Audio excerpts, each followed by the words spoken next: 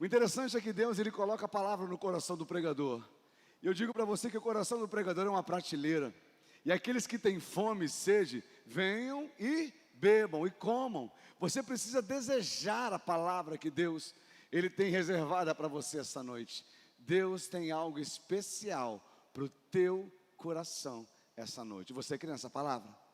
Amém? Abra a tua Bíblia no livro de Lucas, no capítulo 17. Enquanto você abre, alguns anúncios básicos. Amanhã tem a 11ª turma do Jump. Ah não. Só quem fez o Jump. Se foi bom para você, dá um glória a Deus. Aí, você que não fez o Jump ainda está de fora, por quê? Já tem 26 alunos, é isso? Acho que é 26 ou 28 alunos para o Jump. Está vindo mais 3 de Monsuaba amanhã. Vai dar 29. Gente, o Jump é um tempo tão gostoso. A gente expõe como a gente pensa e como a gente age. Então você está vindo para a igreja e fala: e aí, como é que é a tua igreja? Aí você fala: a igreja é legal. Mas é só legal? O que vocês fazem lá? A gente vai para a igreja. Não é isso, é muito mais do que isso. Quem faz o Jump vai entender por que a gente está crescendo assim de forma absurda. O interessante é que a gente está bastante cheio hoje aqui, né? Tudo separado direitinho. Use máscara, tem álcool em gel na portaria. Se você estiver sem máscara, os amados da consolidação vão chegar até você e vão falar: bota a máscara, por favor. Tá? A gente está crescendo, mas está crescendo com ordem aqui neste lugar. Mas no Jump a gente fala aquilo que a gente crê como igreja e como a gente age como igreja. Se você ainda não fez o Jump, tá? Dá tempo de você fazer ainda. A Rayane hoje acho que está passeando. A Rayane está passeando hoje, né? Já que a Rayane não está hoje, a Midian é secretária da igreja. Está quase morrendo de tanto dançar ali. A Midian é secretária da igreja. Fica em pé, Midian, mais um pouquinho. Pode sentar, está tremendo. Se você quer fazer o Jump e teu nome não está na relação, procura a Midian, dá seu nome para ela, para você fazer. São 2 aulas, 2 segundas-feiras, comigo direto essa aula, tá? Pastor, eu não sou membro da igreja, mas eu queria fazer o Jump. Pode fazer, sem problema algum. Se você tem curiosidade de conhecer a igreja, um dia desses alguém me mandou na rede social: pastor, me fala um pouco sobre a igreja. Eu falei: vem para o Jump. Porque se eu for atender todo mundo na internet que me pergunta acerca da igreja, eu não faço outra coisa. Porque o telefone não para, é o dia inteiro. Então vem para o Jump, dá o seu nome ali, tá? Para a gente poder fechar a turma. Uma outra pergunta. Agora eu preciso de ajuda. Quem aqui ainda não se batizou e deseja se batizar? Se coloca em pé. Vamos lá. Quem não se batizou ainda? O Robertinho. Está lá atrás. 2, 3. Senta não. Só para a gente ver. 3. Tem mais, não tem mais? Quem não se batizou ainda e deseja se batizar? Midian, já vai até eles e anota o nome para mim. Tem 2 lá atrás e tem o Robertinho. O Robertinho tu sabe. É só pegar o telefone da Luna, né? Se você ficou com vergonha de levantar, procura a Midian depois. A gente está começando uma turma de batismo no próximo domingo de manhã. Tem mais gente, que o povo às vezes fica acanhado, na igreja cheia, fica com vergonha de levantar. Tem umas 12 pessoas que eu sei. Então dá seu nome para ela. A gente vai começar no próximo domingo uma turma nova de batismo. Vamos lá. Lucas capítulo 17, a partir do versículo 16.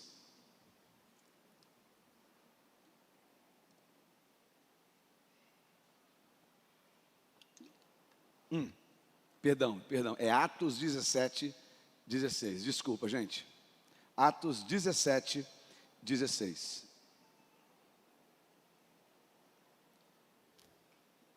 Isso. Enquanto Paulo esperava por eles em Atenas, ficou muito indignado ao ver ídolos por toda a cidade. Por isso ia à sinagoga debater com os judeus e com os gentios tementes a Deus, e falavam diariamente na praça pública a todos que ali estavam. Paulo também debateu com alguns dos filósofos epicureus e estoicos. Quando lhes falou de Jesus e da ressurreição, eles perguntaram: o que esse tagarela está querendo dizer? Outros disseram: parece estar falando de deuses estrangeiros. Então levaram Paulo ao conselho da cidade e disseram: pode nos dizer que novo ensino é esse? Você diz coisas um tanto estranhas e queremos saber o que elas significam. O que significam? Convém explicar que os atenienses, bem como os estrangeiros que viviam em Atenas, pareciam não fazer outra coisa senão discutir as últimas novidades. Então Paulo se levantou diante do conselho e assim se dirigiu a seus membros: homens atenienses, vejo que em todos os aspectos vocês são muito religiosos. Pois, enquanto andava pela cidade, reparei em seus diversos altares. Um deles trazia a seguinte inscrição: ao Deus desconhecido. Esse Deus que vocês adoram sem conhecer é exatamente aquele de quem lhes falo. Ele é o Deus que fez o mundo e tudo que nele há, uma vez que é Senhor dos céus e da terra, não habita em templos feitos por homens, e não é servido por mãos humanas, pois não necessita de coisa alguma. Ele mesmo dá vida e fôlego a tudo e supre cada necessidade. De um homem só, ele criou todas as nações da terra, tendo decidido de antemão onde se estabeleceriam e por quanto tempo. Seu propósito era que as nações buscassem a Deus, e tateando, talvez viessem a encontrá-lo, embora ele não esteja longe de nenhum de nós. Pois nele vivemos, nos movemos e existimos. Como disseram alguns dos seus próprios poetas, somos descendência dele. Amado Deus, eu te agradeço, Pai amado, pela oportunidade de ler e compartilhar a palavra. Eu te agradeço porque eu sei que o Senhor tem algo de especial a fazer em nossas vidas nesta noite. Eu sei que a oportunidade que temos de compartilhar do teu amor, da tua palavra, é sempre uma oportunidade de salvação. Eu sei que também, ó Pai amado, foi o Senhor quem trouxe cada um até este lugar, esta noite, com um propósito especial, de falar ao coração de todos, de uma forma individual. Então fique à vontade, Espírito de Deus, flua através da sua igreja, através do seu povo. Tu és bem-vindo aqui, a casa é tua, Pai. Fique à vontade em nosso meio. Faça essa oração, crendo em nome de Jesus. Amém e amém. Gente, é tão gostoso quando a gente tem propriedade para discutir certos assuntos, não é verdade?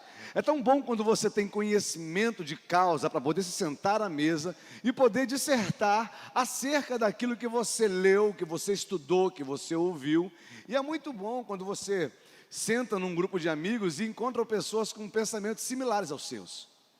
Agora é muito ruim quando a gente está cercado com um grupo de pessoas e de repente eles fazem parte de uma mesma clã que é diferente da sua, e eles começam a falar um assunto que eles conhecem de uma forma grandiosa e você fica boiando. Alguém já viveu esse tipo de situação? Né? A gente aqui na igreja, graças a Deus, nós temos aqui vários militares do Colégio Naval, pessoas aqui de Angra que servem aqui, que congregam aqui conosco, e que são nossos parceiros, são nossos amigos. Eles jogam bola, ele joga bola, a gente não jogou bola ainda, né? Mas a gente consegue capinar ali fora, a gente consegue pintar as paredes, a gente consegue sentar numa pizzaria, a gente consegue conversar acerca de tudo. Mas quando eles cismam de conversar acerca dos assuntos da caserna, acerca dos assuntos das Forças Armadas, quem não tem conhecimento de causa fica assim, ó, igual alguém que acompanha uma partida de ping-pong. E você fica esperando a bola cair para ver se sobra uma chance de você dar uma raquetada. Aí, às vezes a gente fica perdido em assuntos que a gente não conhece. Isso é ruim. Agora depende do ponto de vista do que você fala que é ruim. Qual a situação, como é que você fica quando você encontra alguém que conhece muito acerca de um determinado assunto que você tem vontade de conhecer? Eu disse agora há pouco para um grupo de pessoas que o tolo é aquele que fala muito diante de um sábio. O tolo é aquele que abre a boca e não deixa o sábio falar.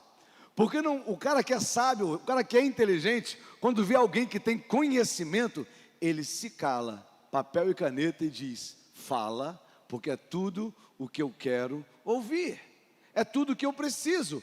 O tolo, ele quer se expressar e ele quer dizer para o sábio: eu também conheço alguma coisa, nem que seja um pouquinho, visto que com a internet todo mundo sabe alguma coisa, não é verdade? Hoje em dia as pessoas, para conversar, por causa do Dr. Google, né? E todo mundo sabe um pouco de alguma coisa. É um mar de conhecimento com um palmo é um mar de sabedoria com um palmo de conhecimento.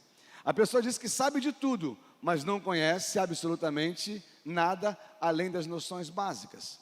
E a gente precisa aprender a lidar com o conhecimento, aprender a se expressar e a ouvir quem está falando e se expressando. Nesse caso que nós falamos aqui, Paulo, ele havia feito uma viagem a Atenas.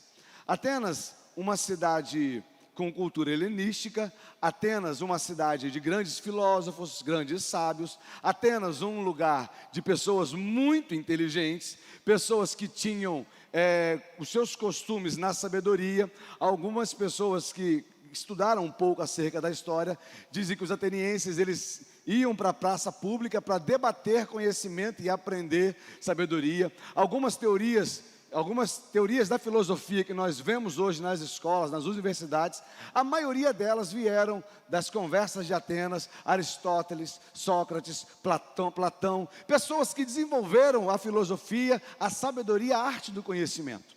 Jesus, ele aparece nesse meio, nesse tempo, numa outra cidade. Paulo tem experiência, mas Paulo foi arrancado e foi levado para Atenas para visitar Atenas. Enquanto não chegavam os seus parceiros, os seus amigos, Paulo foi conhecer a cidade de Atenas. E ele entrou no panteão dos deuses. Ele entrou numa praça onde tinham várias estátuas erguidas a deuses diferentes. Era Deus para todo tipo e para todo gosto. Uma estátua para cada Deus. E à medida que a pessoa tinha uma certa necessidade, ela ia até diante da estátua do Deus que poderia atender aquela necessidade, se prostrava, prestava o seu culto, venerava aquele Deus e fazia a sua petição. Mas Paulo, ele fica indignado diante daquilo. O povo ateniense, a cultura helenística, eles têm a cultura politeísta, creem em vários deuses. Já o judeu, eles prezavam pelo monoteísmo, um único e suficiente Senhor, um único Deus. O cristianismo veio do monoteísmo, tá? É por isso que para alguns judeus que não creem em Jesus, eles não conseguem entender a figura da Trindade, porque eles dizem o seguinte: espera aí, como é que é três? Eu creio num único Deus, eu não consigo crer na Trindade porque eu creio só em Deus. Então alguns judeus se esbarram, não conseguem vir para o cristianismo por causa da Trindade. É uma das coisas que eles simplesmente abominam. Mas deixa eu continuar com você. Paulo, quando chega nesse panteão dos deuses, o coração dele começa a fervilhar, porque ele vê, cara, não é tudo isso. Eles estão perdidos, eles querem buscar alguma coisa que eles não sabem o que é. E para espanto ou para alegria de Paulo, quando ele começa a olhar o nome dos deuses, existia um altar que dizia: ao Deus desconhecido. Paulo se depara diante desse altar, ele olha e lê: ao Deus desconhecido.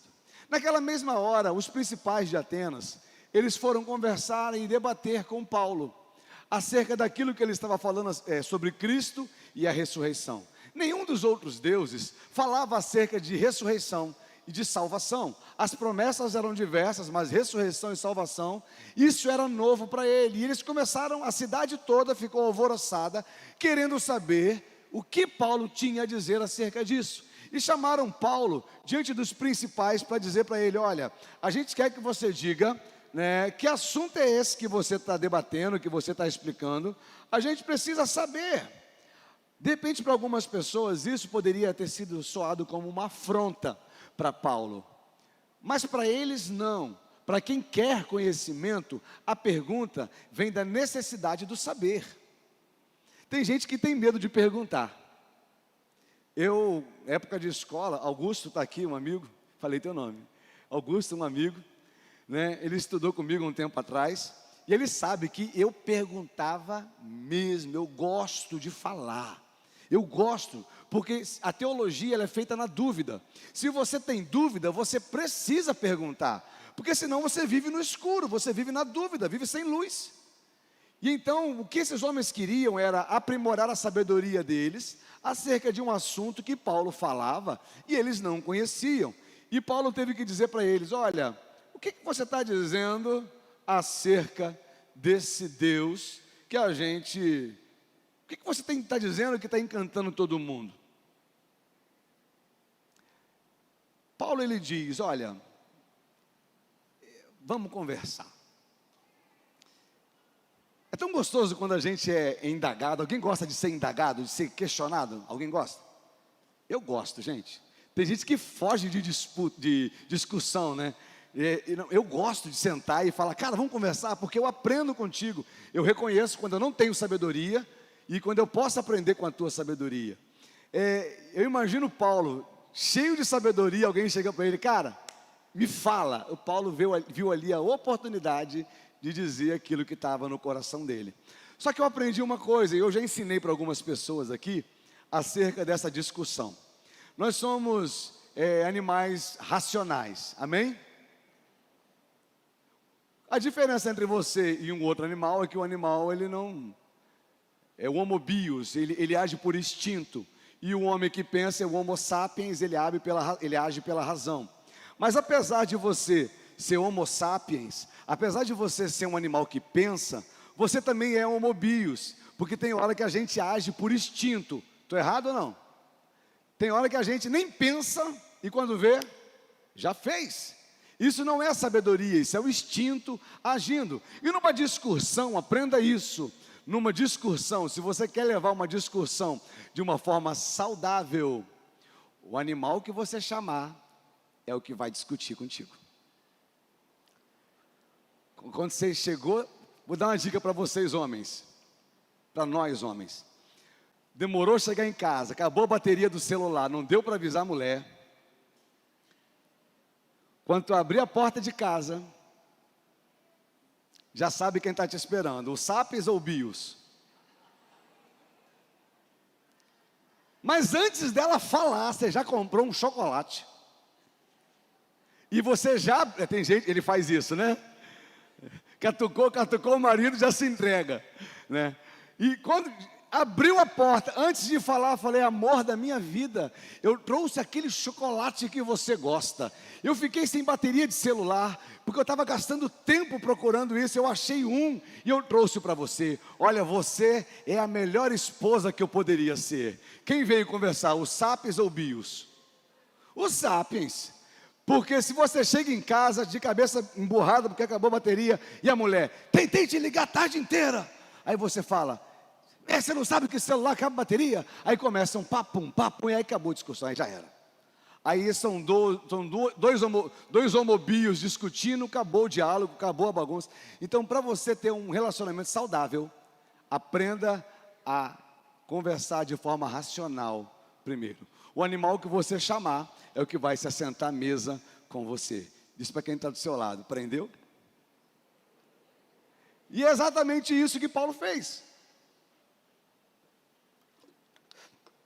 Paulo, ele quando ele foi confrontado, quando ele foi chamado para bater, para falar, deixa eu só achar aqui.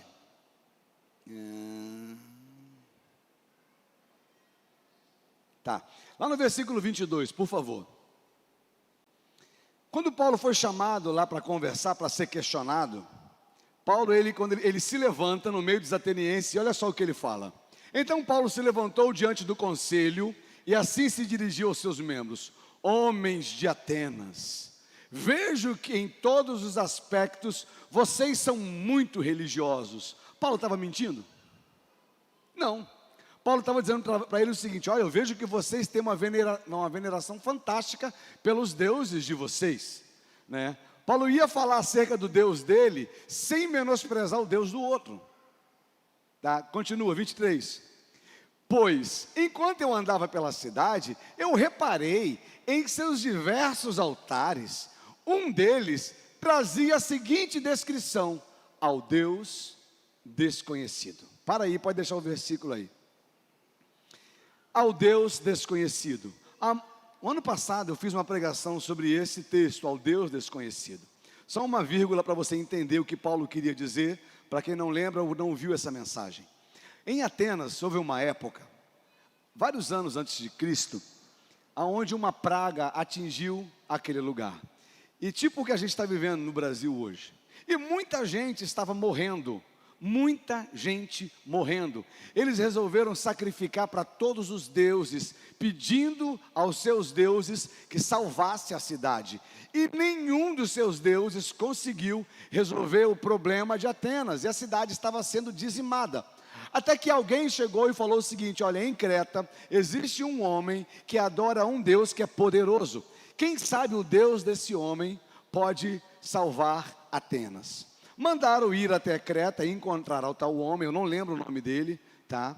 E ele trouxeram para a cidade, e este homem disse o seguinte: olha, me deem vários novilhos e coloque eles no campo.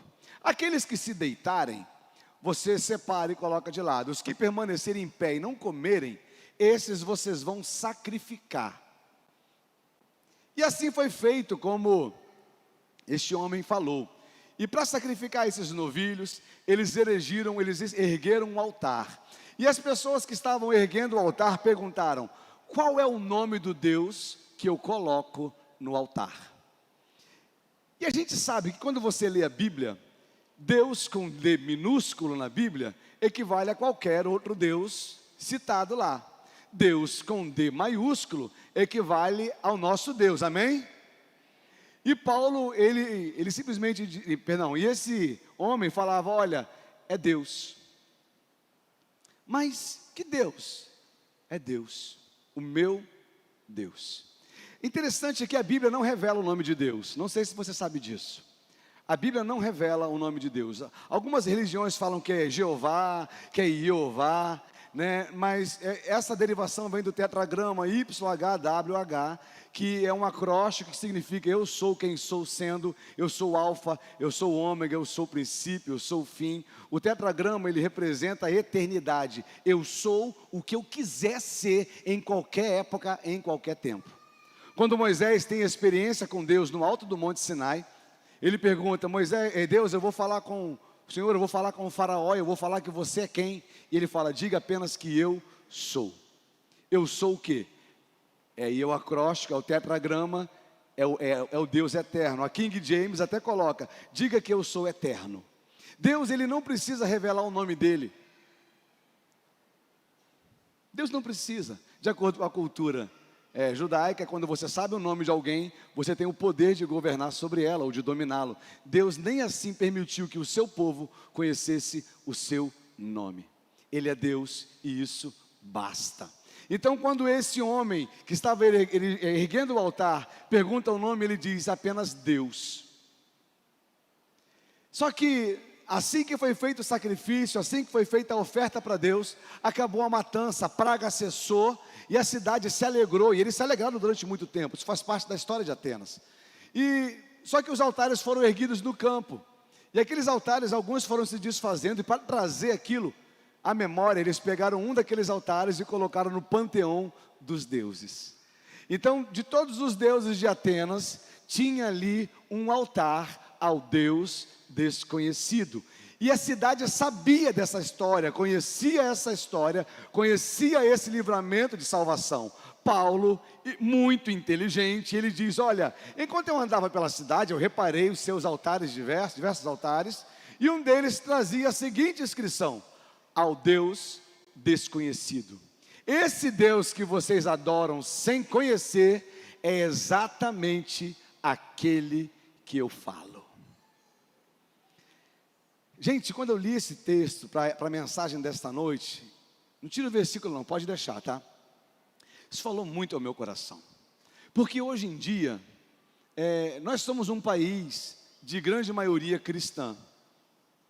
Nós somos um país, nós somos uma cidade que, de acordo com o censo, 2/3 da nossa cidade é cristã. A grande maioria é cristã, católica e protestante. É a grande maioria. Você pode pesquisar acerca disso. Mas há uma grande diferença entre falar que crê em Cristo e conhecer a Cristo. O que Paulo estava dizendo para os atenienses é: vocês se prostram diante do altar desconhecido, só que vocês adoram aquilo que vocês não conhecem. E se você for analisar hoje a qualidade do cristianismo desenvolvido no Brasil, apesar da grande maioria cristã, nós vemos um país que envergonha o cristianismo. Desculpe falar desta forma, porque já pensou, a nossa cidade com 2/3 cristãos, se os cristãos se manifestassem verdadeiramente como Cristo, o que aconteceria com a nossa cidade em um ano? Ela mudaria completamente se cada um resolvesse ganhar meia pessoa para Jesus. Meia pessoa. Eu digo a você porque a visão de igreja e de cristianismo que muitas pessoas têm é totalmente diferente da visão do cristianismo que a Bíblia de fato ela menciona.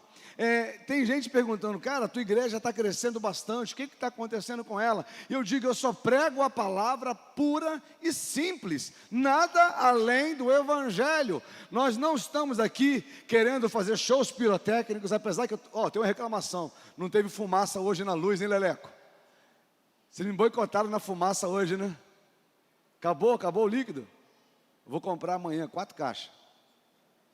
É porque dá o efeito, fica bonitinho, tá? Mas a gente hoje não está afim de querer dizer para você e encantar você pelo ambiente, pelo espaço, porque o espaço chama atenção. Quem é que veio aqui pela primeira vez hoje?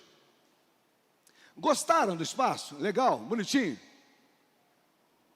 Rapaz, o espaço encanta, mas eu não quero que você fique aqui porque o espaço te encanta, mas a intenção é que você venha e que o evangelho que for pregado aqui possa arrancar do seu coração aquilo que não presta, que você possa olhar para dentro de si e falar: cara, de fato eu tenho coisas que precisam mudar, e se alguém não disser na minha cara, eu não vou mudar.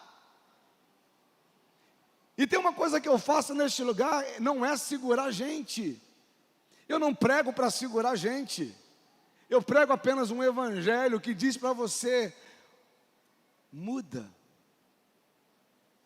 Identifica, seja sensível ao que o Espírito Santo está te mostrando. O Espírito Santo não vai bater a mão na tua cabeça e falar: cara, tu é lindo. Não, ele vai dizer para você o seguinte: de acordo com a palavra, você é pecador, condenado ao inferno. Se você não se arrepender, você já sabe qual é o fim da sua vida. Aí a gente diz o seguinte: pastor, mas o que é ser pecado? Calma, que está tudo ligado com a palavra. Pastor, mas o que é esse pecador condenado ao inferno? Eu já falei, quero que você me ajude. Me ajuda a identificar pecador aqui, me ajuda? Mas não aponta para ninguém não. Tá bom? Você só vai identificar, você vai concordar comigo. O mentiroso, ele é bom caráter ou mau caráter? Oi? O adúltero, bom caráter ou mau caráter? O ladrão? Fofoqueiro? O pecado então é o quê? É uma atitude expressa por um mau caráter. Que isso, pastor? Na cara? É desse jeito. Então o Espírito Santo ele vem para tratar o seu caráter. Não adianta você se comportar como sábio, como filósofo, como inteligente, se você não se render a Cristo e ao Espírito Santo, que quer dizer para você: você pode até ser bonzinho, mas eu conheço o teu coração. Salmo 139, versículo 1 diz: eu sei, diz assim: Senhor, tu me sondas e me conheces. O Senhor sabe exatamente o que está no teu coração. Sabe essa pessoa linda que está do seu lado? Se ela soubesse o que você pensa, jamais andaria com você. Estou errado? Porque, de acordo com Freud, o ser humano, ele é por natureza pervertido. Ele é por natureza podre, pecaminoso. E faz parte da natureza humana. Só que o Espírito Santo, ele quer vir na minha e na sua vida e tratar e moldar essa natureza. Eu não estou dizendo para você que eu sou perfeitinho, não. Eu não estou dizendo para você que eu sou a quarta pessoa da antiga trindade, que agora tinha que... Não, não é isso. Eu quero dizer para você que o Espírito Santo vem até você, dizendo para você, cara, eu preciso mudar a tua vida, eu preciso mudar a tua história. Então hoje em dia, quando você chega no nosso país para alguém e fala, cara, eu queria falar de Jesus para você, o que a pessoa normalmente fala para você? Ah, eu já conheço Jesus. Legal, eu conheço. E a gente consegue identificar até mesmo na igreja pessoas que levantam a mão, que choram, que frequentam a culto, mas estão totalmente desviados do projeto, do propósito inicial acerca de Cristo Jesus. É gente que vem na igreja, presta seu culto, entrega seu dízimo, bate palma, chora, mas lá fora continua sendo um mau caráter. Lá fora continua traindo a esposa, lá fora continua dando cheque sem fundo, lá fora continua dando mau exemplo, falando mal, lá fora continua fazendo tudo aquilo que não presta. Aí volta para a igreja, o cara peca no varejo e vem na igreja e quer pedir perdão no atacado. Né? Pai, perdoa a minha multidão de pecados. E esquece que pecado tem nome, tem dia, tem hora. Pecado tem gente que foi lesada. Pecado tem gente que precisa ser restituída. Pecado tem gente que precisa ser honrada novamente. Pecado tem gente que está sofrendo e precisa que você se dobre desse teu ego, do teu orgulho e fala, cara, eu errei, eu fiz errado, eu humilhei. Eu estou envergonhando o evangelho no qual eu sirvo, eu preciso mudar. Paulo estava diante de um grupo que eles tinham a liberdade de pensamento. O problema da liberdade de pensamento é que a gente começa a pensar conforme a nossa alma. Sabe, é tão gostoso quando você entende a diferença entre corpo, alma e espírito. Porque a tua alma é o centro das suas emoções. Sabe quem mais te lasca? A tua alma. Estou errado ou não? Se é o centro das suas emoções, você já pensou se você fizesse tudo exatamente o que a tua alma te manda fazer? Você já pensou se você não ouvisse mais nada e só expressasse a alma? Como seria a sua casa? Você estava casado até hoje? Amigos, você teria amigos? Será que você estaria livre? Eu tenho certeza que tem gente que está aqui, que se eu perguntasse, quem aqui já teve vontade de matar alguém? Essa vontade vem da alma. Me lisou, ô miserável, a vontade que eu tenho é a tua alma. Mas o espírito vivificado pelo Espírito de Deus é aquele que diz, ei, aquieta minha alma. Volta para o sossego. Para, porque se você não entender que você não é governado pela alma, mas pelo Espírito que habita em você, cara, a tua vida está condenada ao fracasso. Muitas pessoas até começam bem, mas terminam muito mal, porque dão valor à alma e não ao Espírito. Jesus, Ele quer se revelar a você em Espírito, e de manhã, lá em Monsuaba, a gente conversou acerca disso, que o homem carnal, ele vai falar de coisas carnais e não vai conseguir entender o espiritual. O homem carnal vai dizer para você e vai agir na lógica, na razão. E a gente precisa trabalhar na parte da razão também, mas tem coisas que não se resolvem na razão. Você quer ver? Milagre é racional ou espiritual? Milagre não é racional, porque você não explica. Agora, quem já viveu milagres aqui? Aí tem gente que fala, eu não creio em milagre, esse negócio aí, né? Esse negócio aí, conversa depois com aquela mãe daqui da igreja, que eu não vou nem falar, eu sempre que cito ela, não vou nem falar nome mais. Aquela mãe aqui na igreja que não podia ter filho e hoje tem filho. E não é uma só não, tem duas. Uma que não tinha nem útero direito. Conversa lá, pega o laudo médico. Conversa, cadê o seu Fernando? Está aí o seu Fernando hoje? Não, né? Gente, quem é que viu o seu Fernando quinta-feira lá atrás pulando desse jeito? Um velhinho de 70 anos, ele não tem uma vértebra. Ele tem a tomografia. O médico falou: cara, tu não vai andar. Ele estava lá atrás pulando, porque a jovem que ele trouxe para a igreja tinha aceitado Jesus. Ele estava lá atrás assim, pulando, saltando. Que isso? Não, você não crê em milagre? Quer mais exemplos? Vamos continuar lendo. Bota o 24, por favor. Ele é o Deus que fez o mundo e tudo que nele há. Uma vez que é Senhor dos céus e da terra, não habita em templos feitos por homens. Olha que interessante. Deus, Ele criou todas as coisas. E Ele não está nem um pouco preocupado se você aceita ou não. Foi Ele quem criou. Ele não está nem preocupado se você quer derrubar essa teoria ou não.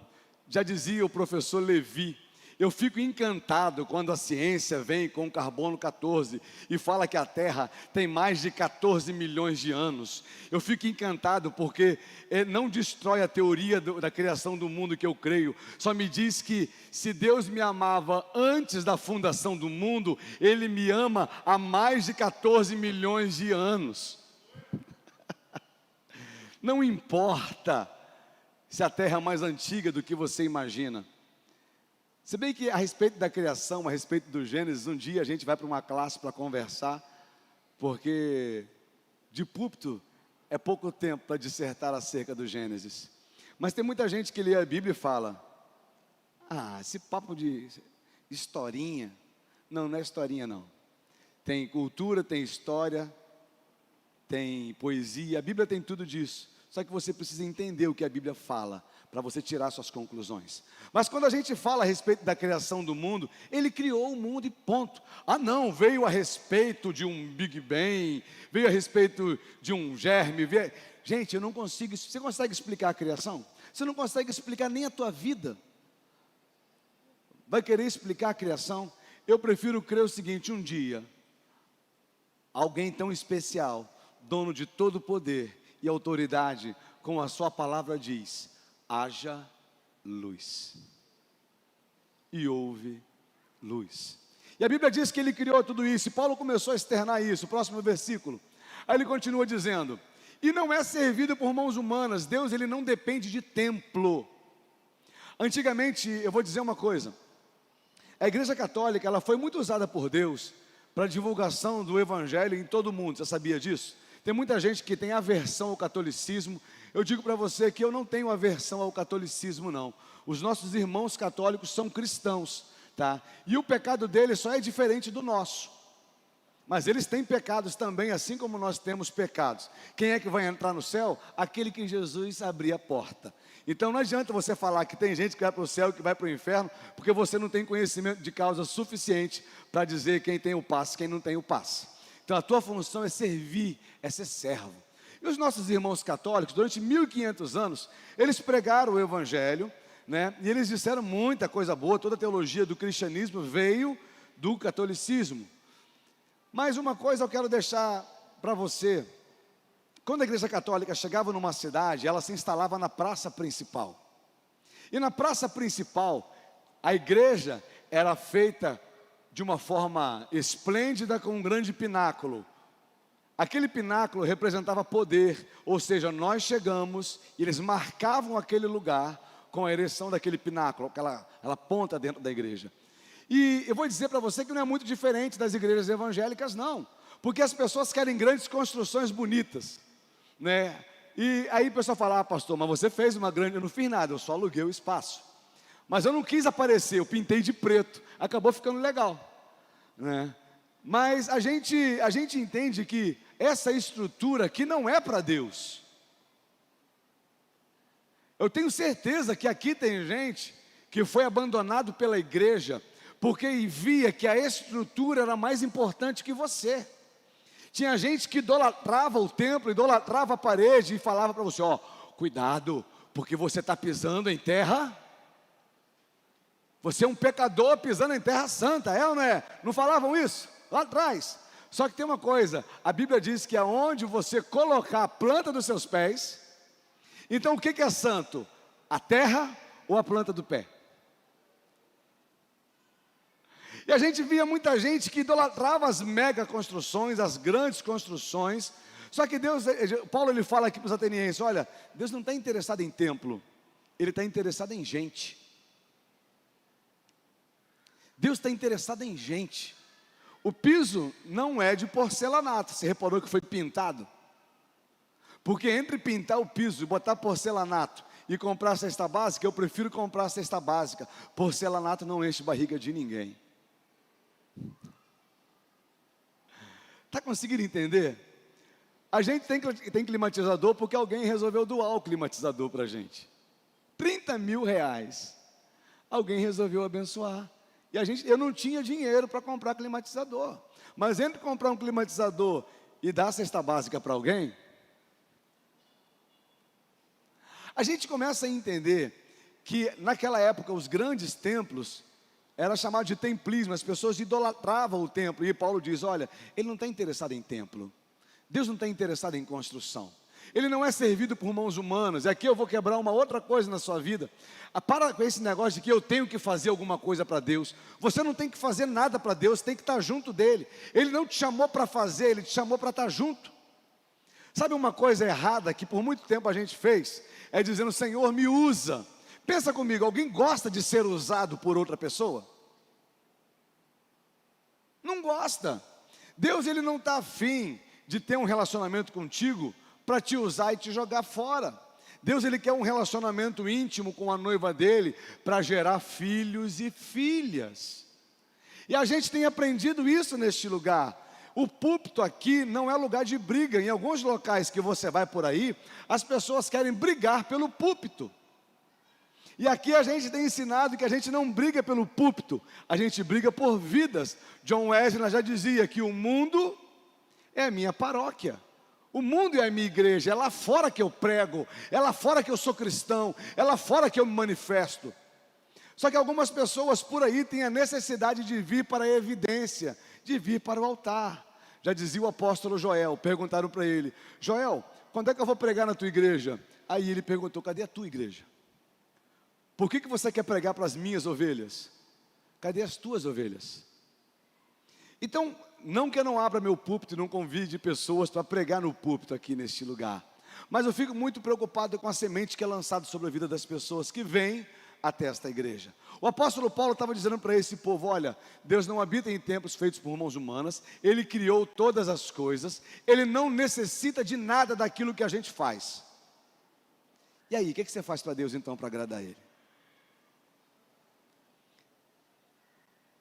Me diz algum motivo que você possa fazer para Deus te amar mais, já que Ele não precisa de nada da sua mão. Mas ainda assim, Ele decidiu te amar. O texto continua dizendo, Ele mesmo dá vida e fôlego a tudo, e supre cada necessidade. Há uma diferença entre necessidade, entre ser necessitado e precisar de alguma coisa. Você precisa de sandália ou você necessita de sandália? Você precisa, né? Porque você pode andar sem sandália, pode ou não pode? Você precisa de carro ou necessita de carro? Você precisa. Agora, você precisa de água ou necessita de água? Você necessita. Você necessita do sol ou você precisa do sol? Eu necessito. Aquilo que você necessita, Ele já te proveu em abundância. Ele disse para você, não vai te faltar. Agora a gente chora por coisas que a gente não necessita. A gente questiona Deus por coisas que são simples e passageiras. Mas aquilo que você necessita, Ele já supriu. Você precisa ou necessita do ar?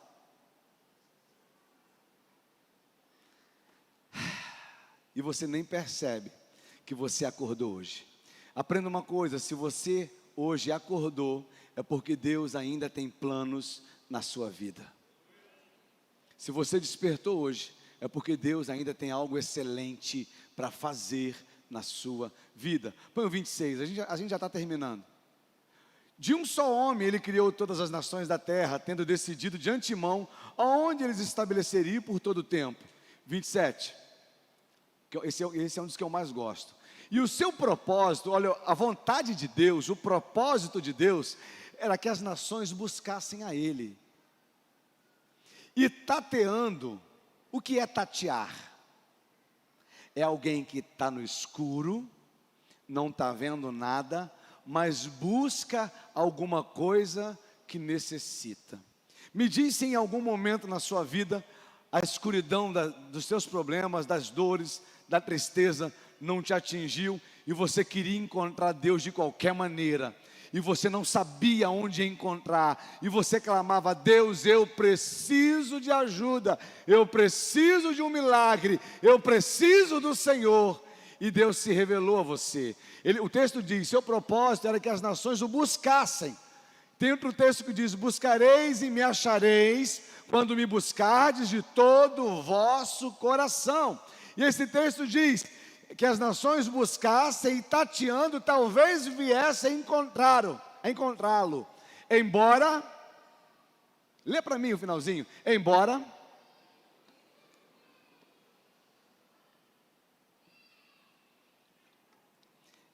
ele não esteja longe de nenhum de vós. Sabe a solidão que você sente? Não é porque Deus está longe de você, é porque você desistiu de tatear. Sabe esse buraco que há na tua vida? Não é porque Deus está longe de você, é porque você está com medo daquilo que você vai encontrar no escuro.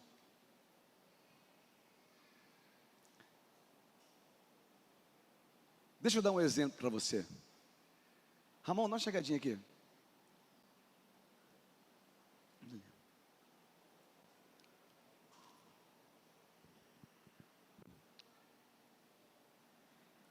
Eu vou te dar um exemplo. Pronto, o Ramon ficou cego. E ele está apavorado porque ele precisa ir embora e não sabe o caminho. E como quem não sabe o caminho, ele vai querer andar, mas ele vai querer estender a sua mão.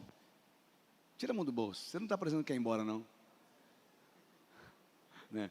Mas como alguém que quer encontrar um caminho. Alguém já tentou andar em casa com a luz apagada? Já tentou fechar o olho e falar assim: eu conheço a minha casa? Alguém já fez isso? Deu um de doido igual eu faço de vez em quando? Eu conheço a minha casa, eu vou até a luz da sala acender a luz no escuro. Se um dia eu ficar cego, eu sei o que fazer, né? Tem gente que já fez isso. Mas eu te garanto que se eu soltar o Ramon daqui para casa, a mente dele até vai, mas o corpo dele ainda não consegue governar essa limitação, essa distância. Mas o Ramon está cego, e ele precisa de uma ajuda, e ele vai querer erguer as suas mãos para procurar uma ajuda. Só que a pessoa tem, vai lá, não tem um buraco ali. A pessoa tem medo daquilo que pode encontrar no meio do caminho. Você faz isso na sua casa, faz ou não faz? Mas você não faz isso no shopping, você não faz isso no meio da multidão, em locais que você não conhece. Você não faz isso naquele paiol que tem material nosso guardado ali, porque você não sabe o que está ali dentro, pode ter coisas que vai prejudicar você. Só que quando você está tateando, procurando, uma mão segura na tua e diz: eu estou contigo todos os dias, até a consumação dos séculos. Por mais que o teu futuro ainda esteja encoberto aos teus olhos, o Deus que te segura hoje é o Deus do Cronos e do Kairos, é o Deus que já foi no futuro, já contemplou a tua vitória, veio no presente e diz: confia em mim, que eu vou te levar para um lugar seguro. Confia em mim, porque eu é que sei que pensamentos tenho a teu respeito. Confia no Senhor. Senta lá, filhão, brigadão. Tá? Eu preciso entender que essa minha busca por Deus nada mais é, na realidade não é nem busca, é que a gente se comporta como adulto, e na realidade teria que ser um choro de uma criança. Quem é pai aqui? Quando seu filho era pequeno, e você estava sentado na sala jantando, e ele grita lá do quarto um choro de dor, você espera acabar a janta para ir lá socorrer? Ou você abandona tudo e vai? Você acha que você, pai e mãe, tão falho como você é, faz isso de uma forma tão perfeita? Imagine o que Deus pode fazer com todo o seu amor para um filho que clama pedindo socorro. O Deus que você diz que conhece, Ele é muito maior do que você imagina. O Deus que você diz que ora e fala com Ele, ainda é muito maior do que aquilo que contaram para você. Lembra como eu comecei o culto? Jó dizia: antes eu te conhecia por aquilo que diziam, mas agora os meus olhos te veem. Eu sei que você, tem gente aqui que nasceu na igreja, cresceu na igreja, mas só conheceu o Deus do seu pai, aquilo que teu pai falava acerca de Deus. Conheceu o Deus que a tua vizinha te levava pequenininho para a igreja para cantar no grupinho das crianças. Alguém já experimentou isso? Não era nem crente, mas a vizinha levava lá para cantar na igreja, no cultinho das crianças. De repente você conhece o Deus que a tua vizinha falava. Só que o Deus de seus pais, o Deus da sua vizinha, o meu Deus, Ele quer dizer para você o seguinte: eu quero me revelar a você hoje. Mas está tudo muito escuro, eu não consigo tatear, eu não consigo chegar até Ele, eu não consigo enxergar. A Bíblia conta a história de Bartimeu, um homem que estava à beira do caminho, cego. Ele não via, mas ele ouviu falar que um homem chamado Jesus iria passar perto dele. Ele não pediu para ninguém levar ele até Jesus, ele começou a gritar: Jesus, filho de Davi, tem compaixão de mim. Jesus, filho de Davi, tem compaixão de mim. Eu vou dizer para você que a tua necessidade tem o poder de atrair o olhar e a presença de Deus. Só que às vezes a gente esconde a nossa necessidade atrás do medo, atrás do ego. Eu não preciso. Precisa sim. Naamã, capitão do exército da Síria, o grande vitorioso, quando chegava em casa e tirava a sua couraça, estava podre de lepra, estava morrendo, e ninguém via, só a família via que ele estava morrendo. De repente só a sua casa já disse para você: cara, você precisa mudar. De repente seus amigos mais íntimos disseram para você: você precisa mudar. Mas as pessoas que te conhecem não falam nada de você. Mas Jesus está dizendo para você essa noite: clama a mim e responder-te-ei.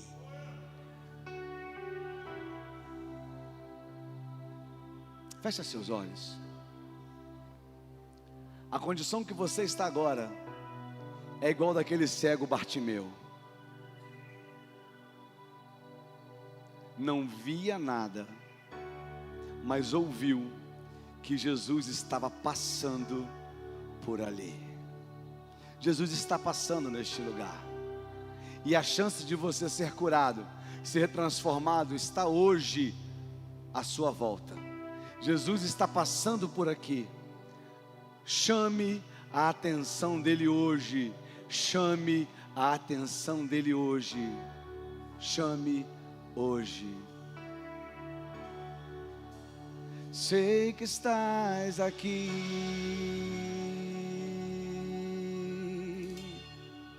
posso sentir o teu calor.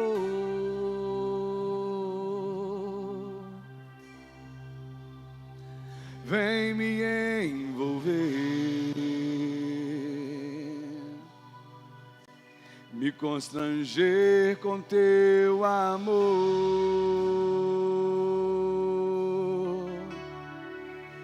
Sei que estás aqui, posso sentir o teu calor.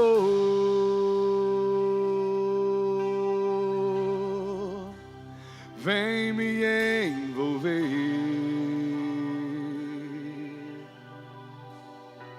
me constranger com teu amor.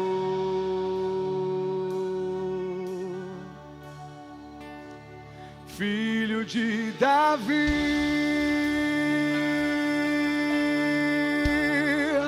Tem compaixão de mim.